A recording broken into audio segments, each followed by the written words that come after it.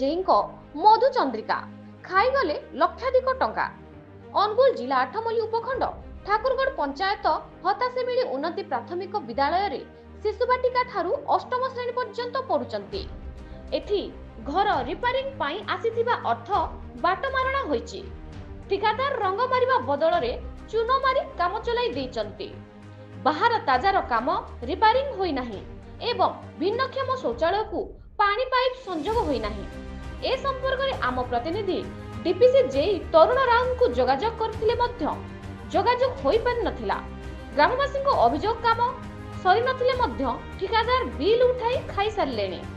देखिबाकू बाकी रहिला ब्लॉक प्रशासन ए दिगरे कोन पदक्षेप नेउचंती।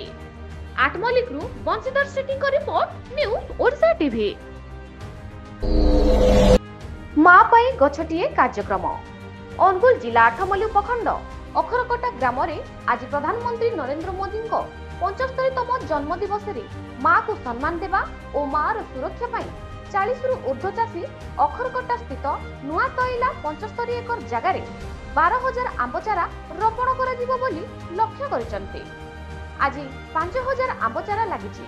एई चारा प्रकल्प संयोजक रमाकांत साहू को नेतृत्व रे कलिंग फाउंडेशन और उन्नति फाउंडेशन पक्षरु चाषी को जोगाई दिया जाइछि।